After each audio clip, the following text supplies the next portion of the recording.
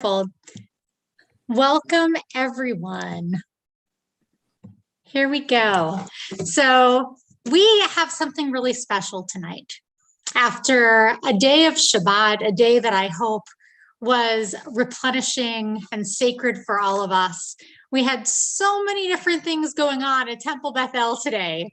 Whether you joined the story time or the healing service, our Tu B'Shvat program, meditation, or this is your first event at Temple Bethel that you are coming to today, welcome. We hope that this day truly has been one filled with inspiration and joy for each of you.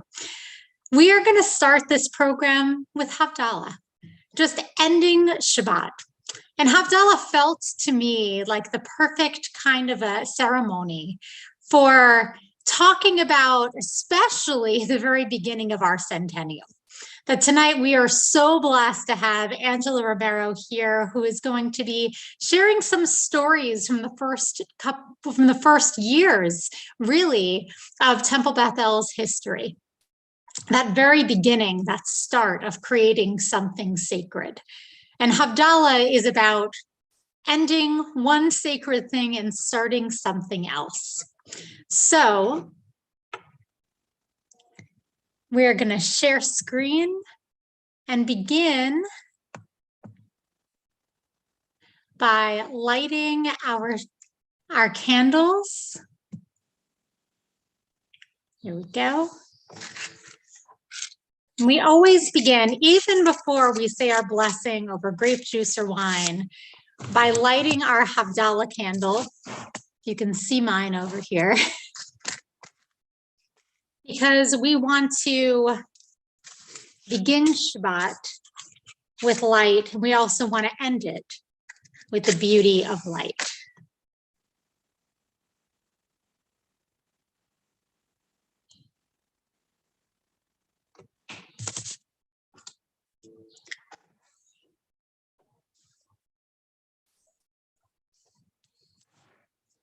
So I invite you,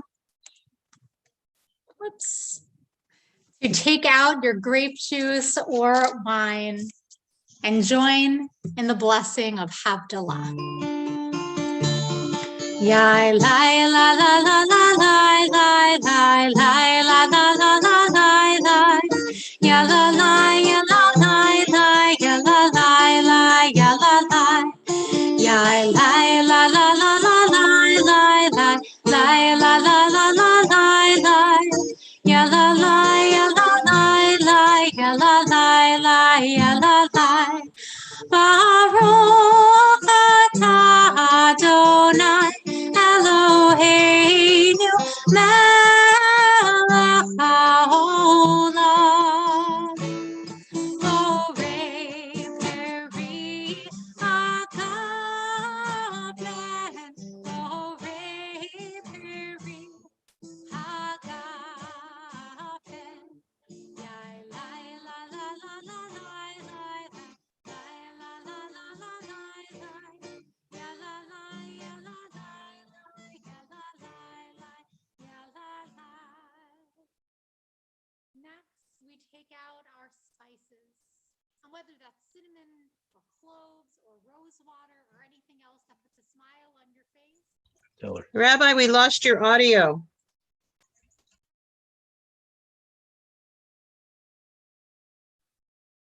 Can you hear me now?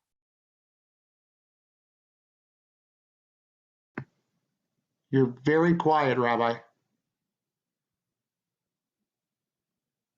And now we seem to have lost you almost altogether.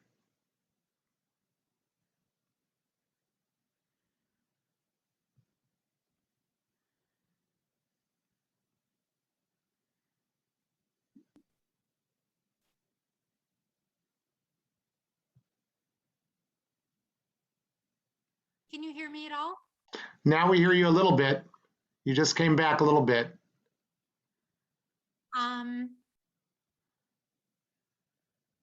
All right. It's much better. I am going to stop sharing because I think it is too much for my computer to do so many things at once. And just join with me in saying amen for the blessings. This way we can all take part in Havdallah together. I think my computer is just a little bit overwhelmed with everything. So let's continue with our blessing for the spices. And I invite you to take out anything that puts a smile on your face, cinnamon, or cloves or rose water, anything at all, anything that smells fragrant and wonderful, just like our history.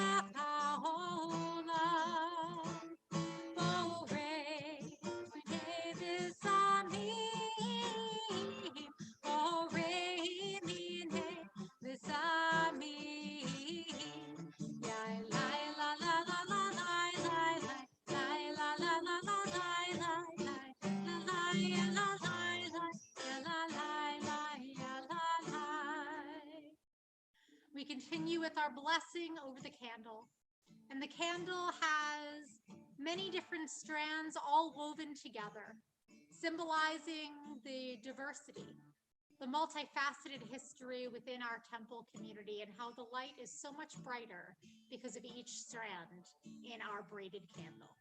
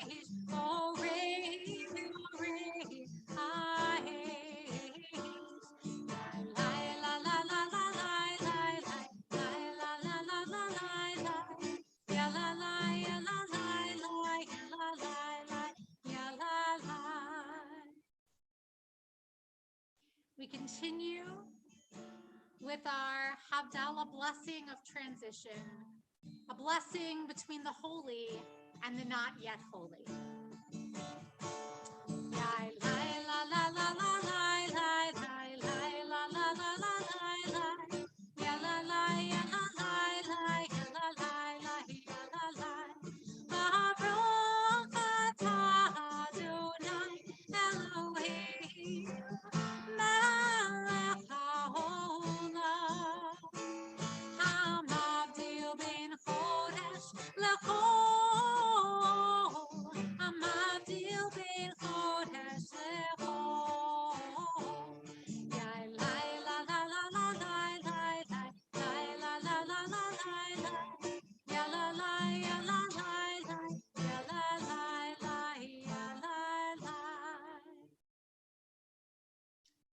We take our candle and put it in the wine, symbolizing the end to our Shabbat.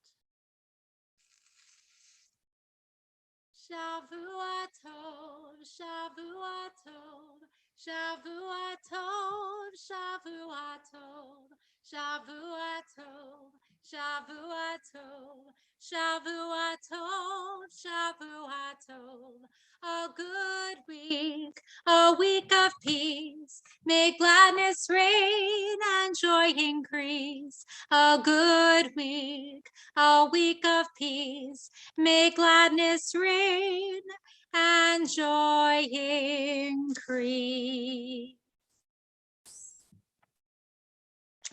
We're going to offer just one more Havdallah song, which is the Shavua Tov song. Because for me, it's not quite Havdallah unless we put a little bit of Jeff Klepper and Susan Nunes in there. And the words are, and the chorus, Shavua Tov, and may you have a good week. May you find the happiness you seek. The twisted candle brightens our hearts as together we watch the Sabbath depart. Smell the spices and taste the wine. The stars in the sky begin to shine. Shavua Tov, may you have a good week. May you find the happiness you seek. Shavua Tov, may your week be fine. May it be as sweet as Sabbath wine. We say goodbye to a special friend. Shabbat has come to an end. Shavua Tov are the words we sing to say may you have a happy week. Shavua Tov, may you have a good week. May you find the happiness you seek. Shavua Tov, may your week be fine. May it be as sweet as the Sabbath wine. Shavua Tov. Shavua Tov, everyone. And now that we've started this new Holy Week together, we truly have a blessing this week because we have Angela Romero here who will be able to offer us some stories about our early history. Thank Hello, you. everyone.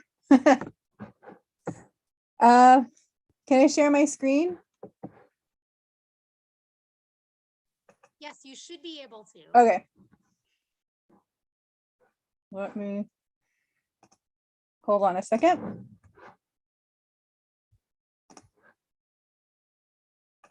Okay.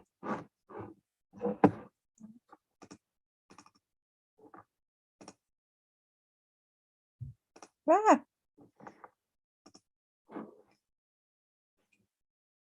It's coming. Here we go. All right. Okay. So thank you, everyone. My name is Angela Romero, and I am a San Pedro historian. For the last few months, I've been working with a very diligent team headed by Bob Gold, putting together the temple's history from the very beginning and putting some really great stuff together for the Centennial. What I'd like to do for this presentation is I'd like to kick off the So TBE with kind of putting things into perspective, because centennials are a little weird, especially, depending on how old you are, because 100 years seems like a really long time. But then if you think about the 1920s, it really doesn't seem like it's that far away. So I really want to kind of put us in perspective and to kick off this segment and get us thinking in the right way of the Jewish community of San Pedro. So my presentation is So TBE 1920s, San Pedro Jewish History Edified. So the official Jewish community of San Pedro goes back 100 years to 1922. This is when they, families got together and decided we want to be an official San Pedro Jewish community. And they called themselves the San Pedro Jewish community. But Jews in San Pedro were here long before that. And so I'd first like to give you, to anchor Jewish history in San Pedro to the beginning, to the very beginning of San Pedro, and you don't get more old-timey than, horse-drawn carriages and stuff like that. So there is absolutely Jewish history in this picture. So this is on Old Beacon Street, and let me pull in. So in that picture was the Littman Brothers store. And the Littman Brothers are BB, which Bernard Bear, they're both from Oakland, California. And Bear was for the Bear flag of the state of California. and Lazard. I don't know where that came from, but that's his name. So these are the two brothers. And Bernard got here, or BB as I should call him. BB got here in 1901. So, and I'm sure he was not the first. And they opened a men's department store on Front Street with this is the back facing entrance on to Beacon Street. And before they opened the store, BB calls his brother Lazard and said, "Hey, Sam, there's so much potential in San Pedro. The streets aren't even paved yet. There's nowhere to go but up." And his investment and prospecting actually paid off. And it's BB Littman who actually, I would say, is the bookends of our presentation today and has really blessed Jewish San Pedro history from beginning to the building that Temple Bethel is in today. But I'll talk more about the Littman brothers a little bit later. So now that I've anchored us and Jewish San Pedro to the very beginning of San Pedro, I'd like to edify it, which I'd like to, through buildings that were built in the 1920s and are still standing today, I'd like to explore San Pedro history through these buildings. So this house, 879 West 3rd Street, was built in 1921, and it is the site of the very first Yom Kippur service in San Pedro ever. And it's a very humble abode. It was the home of Daniel and Belle Levin. And they had the first, so this article announcing the first Yom Kippur is from the News Pilot, September 30th, 1922. So this is where the San Pedro official Jewish community gets its Centennial from. And they have the first Yom Kippur service at their house. Daniel Levin owned a shoe store, and they were both, so Mr. Levin and Mrs. Levin were both very active in the Jewish community, where Mr. Levin served on the board of the San Pedro Jewish community, and Belle Levin actually served on the board of the San Pedro Jewish Sisterhood, which was the pioneering group of San Pedro, of really just who created the building on 19th and Cabrillo and really got the temple going. So their house was actually the center for a lot of early Jewish meetings. And so the community was officially established 2 weeks after Yom Kippur at their home. And this house still stands. It's still that color on 3rd Street.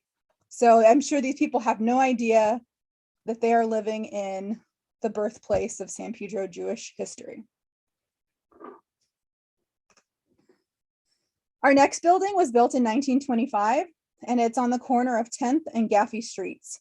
So this would be catty corner to the San Pedro Library and across the street from the 99-cent store. It doesn't look like this. It doesn't have the ornate crown on the front of it, but it's the Oddfellows Temple. So you see the IOOF temple on the front of it. It stands for International Order of Oddfellows. And it was a fraternal organization, just like the Elks, the Masons, and stuff like that. And they were actually non-denominational. So when they built their building in 1925, they opened it to groups of all faiths, other groups that didn't have their own clubhouses yet. And so a lot of different groups had services here, even local churches and the early services of Temple Bethel. So I believe there is a large ballroom on the 2nd floor above the stores. And that's where a lot of the first religious services took place. There were bar mitzvahs, and the first, I want to say, actual Jewish education given by a rabbi. So our first that I've been able to find rabbi that was paid money, and he was paid by the B'nai B'rith group, was Rabbi Bj Reisman. And he came, and so we would always have these traveling rabbis to come in and serve, especially the High Holy Day services. And so Rabbi Reisman came a few times, and then he stayed for a while, established a religious school, and had religious services every Friday for the first time ever. And so this is kind of our first temple, you know, in quotes, even though it's not a Jewish temple, it's a Oddfellows temple. So a lot of the religious services took place here in this building before the sisterhood built the building on 19th and Cabrillo. So this is still here, and this is what it would have looked like in the early 1920s, just after it was built. So now I'd like to get back to the Lippman brothers. This building was built in 1924 by Lazard Lippman. And I remember when I first started out doing San Pedro history, you know, a lot of the early building real estate guys will put their name, you know, and embed it into the cornerstones, and you know, so you'll see, you know, there's a Papadakis, and this one just said Lazard, and so I didn't know what Lazard was, because Lazard actually wanted to distinguish himself from his very, you know, rich brother B.B. Lippman, who was building buildings 2-3 at a time. And so he just put Lazard. Oh, it's actually 1923. So if you look, and we're looking at the 7th and Center Street intersection, and this is the Cabrillo Hotel building. And so if you see, it's still there. It's still a main building. Now the Cook Drug Company is Godmother Saloon, very famous bar in San Pedro. And the Cabrillo Hotel sign is still hanging on the corner. It's still a residential hotel that you can rent by the week or by the month. So it's one of the only ongoing residence hotels in the South Bay that's maintained its original function from the very beginning.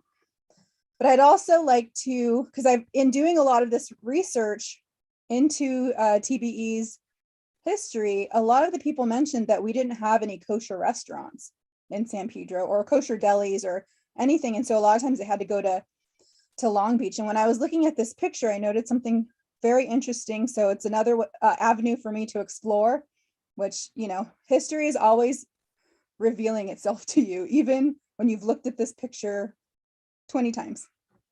So let's pull in. And I don't know if you can see that there. Just to the left of hotel, it says kosher. I don't know if it's a deli, because there's also a barber pole. So I'd like to explore what that kosher sign means. But Lazard Lippman owned the building for a very long time, and he stayed in San Pedro. And I will say there's something very interesting about Lazard Lippman as well. For any of you who are boat people, Lazard Lippman, and you know about the Trans-Pac race that starts in San Pedro and ends in, like, it's to Hawaii. I think it's to Hawaii, and maybe they switch off every other year or something. So, but it originated in San Pedro, and Lazard Lippman had a boat called Taleha named after his daughter, and he actually won the race once. So for the boat people, that's a big deal. So let's go to B.B. Lippman. And B.B. Lippman was the first business owner. He was pretty much one of the first businessmen in San Pedro, period, apart from, you know, the founding families. He was the first one to come here and start opening businesses here and building buildings. And so this building is on the corner. So I would say it's the southeast corner of 6th and Pacific Avenue. And here's a very crude drawing from 1923 for S.H. Kress and Company. And Kress was probably one of San Pedro's first department stores. It was a 5 and dime store, and there were stores all over the country. So it was one of the biggest names to come into San Pedro. And so he built this building for them. Here's what that block looks like today. And every single one of those buildings, apart for the little short one, maybe that was actually an auto club, but he's filled it in. And so this is the front facing Pacific Avenue. So you can see this is from the 1930s, but I just want to give you an update of what B.B. Lippman was able to create on this block alone. So Kress moved from one corner, so the smaller building, that was the original building. And he built them a new, brand new, and it's one of my favorite buildings in San Pedro in the 1930s on the corner of 7th and Pacific. So when they moved over, it left room open, and you can't really see it, but J.C. Penney is in those two other buildings. So he really had a great business acumen and drew major companies into San Pedro. So I share this because I want to show you that San Pedro Jewish history, that Jews in San Pedro were here from the very beginning, that the Temple Bethel community grew alongside it, but also there was part of the community that was building San Pedro. And so I just want to give the community this claim that they understand that they are a part of San Pedro from the beginning. They're not, Jews in San Pedro, they are Jewish San Pedrans. And the San Pedro Jewish community was very, very, they felt like that was important, and it was such a part of their identity.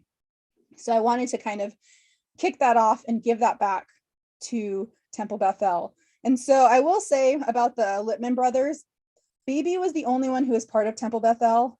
I don't know if Lazard was observing or not, but I never saw him attached to anything with Temple Bethel. But so this is Beebe, and this is again to really give you context with history, because history is weird. So he came when he was 19 years old to San Pedro in 1901. This is him in 1972.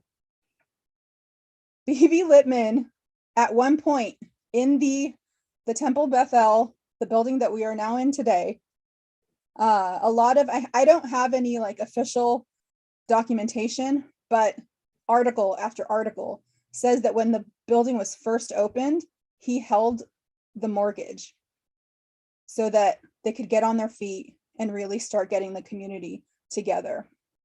So he was still alive in 1972, when a lot of us were. So it's just crazy how 100 years is, how history works, and how he really was the bookends of San Pedro Jewish history, and especially in edifying Jews in San Pedro. So thank you so much for your time. I'll take questions. I can talk forever, but I do want to be respectful of everyone's time. So I hope you learned a little something. And I look forward to you, finding out more about the history as we go along. How do Okay. I remember going to downtown San Pedro before we had the area built up where our synagogue is now, and Chris was there and the other stores were there, and we used to have to take a bus. Mom didn't drive, so we'd have to walk halfway and take a bus down. Yeah, and I hear there was a really great counter in Cress, great lunches and stuff. I wish I could have seen it. Roz, do you remember that too? I don't know if Carrie and Merrill are still on, but yes, that was our childhood. yeah.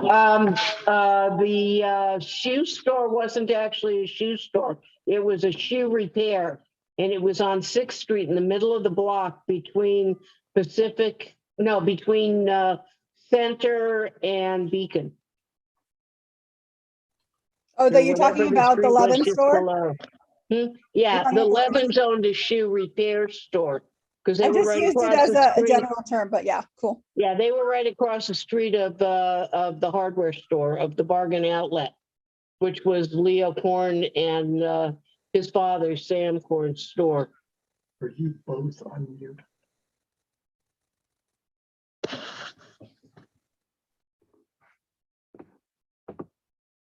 It's so interesting to learn about these early days in our temple history. And I feel like the timing of learning also about all of our buildings and the history of the various buildings the temple has been housed in, the timing couldn't have been any better in terms of Torah portions, because this is the Torah portion this past week where we talk about how the Jewish people were to build the Mishkan, the first temple, or this portable temple that would be the precursor to the temple in Jerusalem. And that it required this huge effort from the entire community. And here you're talking about the effort that people had to put in to create various places where we could worship. So grateful for that, especially this week. Thank you. Are there any other questions or comments based on all the wonderful things that Angela brought to us? Well, I just thought it was fabulous. Thank you. Thank you.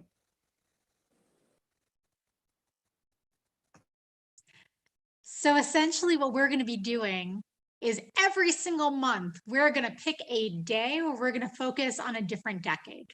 This month, the 1920s, next month, the 1930s, 1940s, and so on. And if you have a particular decade that you can really speak to, these early decades, we're so grateful to have Angela who can talk to some of the history that we weren't necessarily around for, right, in the 1920s. But as we get closer and closer to today, I know there's several people who are here who do have a lot of memories of what happened all those decades, and we're really grateful to be able to learn from panelists as well. So if you want to be a part of that, let me know.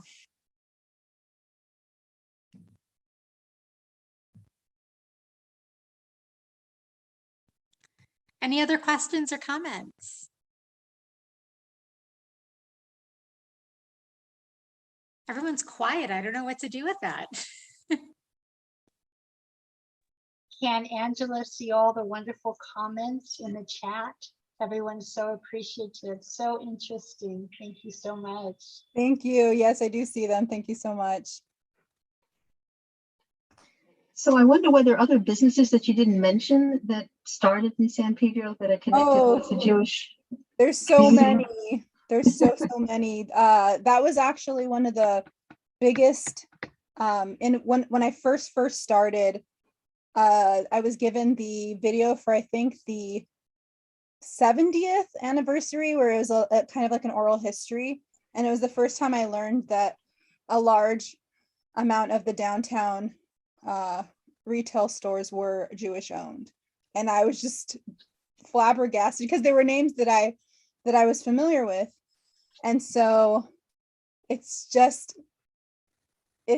really kind of crazy. Like, and even one of them I will say that I completely forgot about was Town's Dress Shop, who he was the father of Robert Town, who is the writer of Chinatown and Shampoo and director of Shampoo and stuff like that.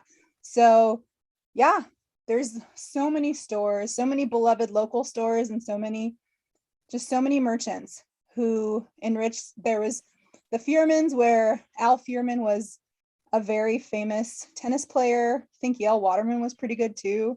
And Al Furman was bringing, it would be like having the top 2 seeded tennis pros come to Daniels Field and give tennis lessons because he was so good and so well known by a lot of these professionals. So there's so much history. We're just, it's, just scratching the surface. And once the Centennial is over, I know we're not going to be able to get everything, but it's going to keep going, whether it's me or a group forms through the temple, just because there's so many stories that need to be told.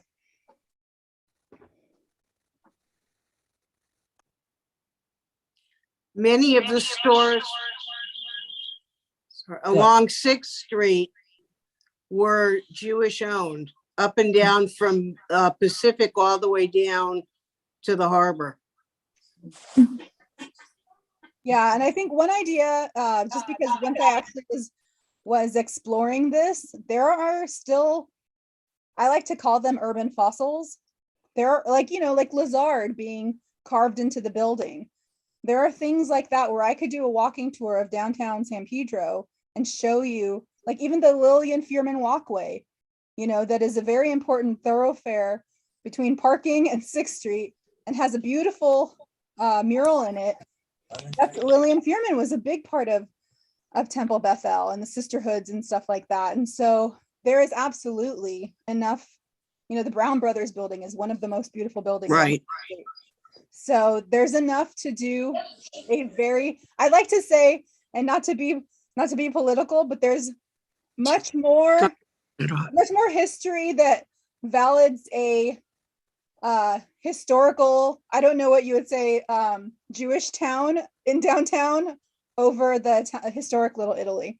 So it's much more valid than that. So if that says anything to you, there's a That'd be lot of great. history in just the 6th and 7th streets. I think there's a lot of requests for a walking tour in the chat over here. Absolutely. It's how I started and I love it. Best And way that to do it with actually, food in your face. that actually is where we got the name That's So TBE, right? Because you've done Yeah. walking tours of That's Yeah. So Pedro. This was Cheryl's idea. And so grateful to Cheryl for all of her creative ideas to do it this way. But yeah, if we could arrange a walking tour with history, that would be phenomenal. Yeah, that would be really fun. So were the early, how do you call them, the early Jews of San Pedro, were they involved with the fishing industry at all in any way? I haven't found it yet. They were really mainly tailors and retail merchants. That goes along in a way with Jewish history, at least what I remember teaching years ago, that many of the Jews, they were peddlers, et cetera, originally, and then sometimes they would stay. So it makes sense that we would have a lot of people coming down to the port of Los Angeles and staying. Right. And a lot Yeah, of them, the San Pedro community was basically merchant, and they were supplying the merchant marine ships that they were were coming through supplying. the harbor. That's where most of them got their start. And Huh. there weren't any, to my knowledge, that were ever involved in the fishing industry. right. Yeah, And I will that also alone would say be a that a touch. lot of the early ones, like B.B. Lippman, there's Morris Rosenfeld. A lot of them were here so early that they were able to capitalize on kind of being there first, and they really bought a lot of land. And so I believe that Mrs. Rosenfeld, Morris's widow, was the one who sold the sisterhood the lot on 19th and Cabrillo, because she was the first one to turn over a spade of dirt, and she was a very she had a lot of land, let's put it that way. So she owned a hotel and stuff like that, and she's got some really fun stories where she pretty much told her second husband that she was done with him by repossessing his car. So there's some really fun stories like that too. I don't know how personal we want to get. Maybe this is non-TBE stuff, but some fun stuff. Very nice. That's wonderful. Well, thank you so much, Angela, for doing this for all of us, for jumpstarting this series. And we will keep you posted about all of the wonderful decades to come with our Havdalah, That's So TBE. So thank you all for being here, for sharing a little bit of your reminiscences, and of course to Angela for preparing so beautifully and sharing this with us today. Thank you for having me. I hope everyone has a Shavua Tov, a wonderful week ahead.